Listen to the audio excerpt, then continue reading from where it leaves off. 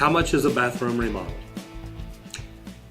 Let me ask you this. How much is a new car? Kind of depends on what you want. Kind of depends on how well you want it.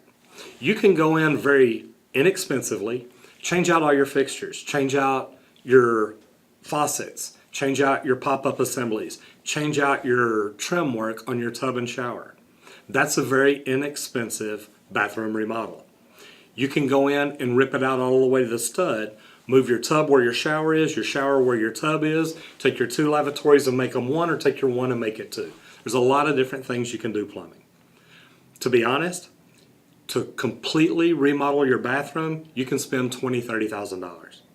You can also go in very inexpensively and change the faucets, the trim and everything and make it look refreshed and new. Change out your lighting fixtures. Electricity is not easy to do. Call an electrician.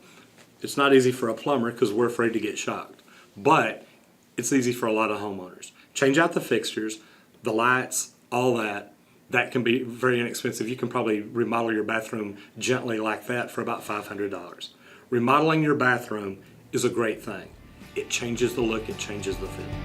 That's how you do that.